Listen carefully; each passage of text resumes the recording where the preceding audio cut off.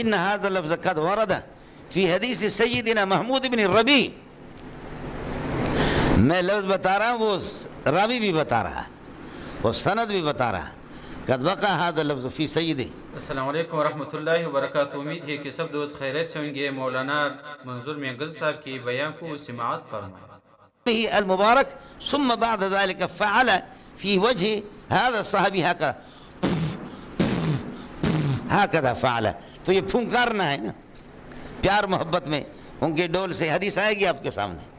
جی جو لفظ بتا دو ٹھک وہ بتائے، جو بھی لفظ پوچھو ٹھک. اس کے مقدمے میں پھر دوسرے دن میں کتاب لے کر کے گیا. اس میں لکھا ہوا ہے کہ اگر کوئی یہ کہہ دے کہ بخاری کی ساری روایتیں صحیح نہ ہو تو اس کی بیوی کو طلاق، میری بیوی کو طلاق، اس کی بیوی کو طلاق نہیں پڑے گی، اس لیے کہ ساری روایتیں صحیح ہیں. میں نے کہا لعل هذا الحکم لا يوافقه المحققون، یہ لکھا ہوا تھا میرا. اس نے کتاب مجھ سے لے لی. یہ دیکھا کہ اس بات سے محققین اتفاق نہیں کرتے. ضعیف اور موضوع بھی کسی نے کہا کہ روایت اس میں ہے، البتہ متفقن علی ضعفی ایسا نہیں ہے. باقی ضعیف کی قول تو لوگوں نے کی ہے.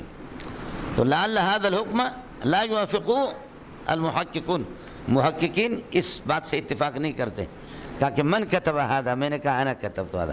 کہا انصفت کل الانصاف، آپ نے زبردست بات کی.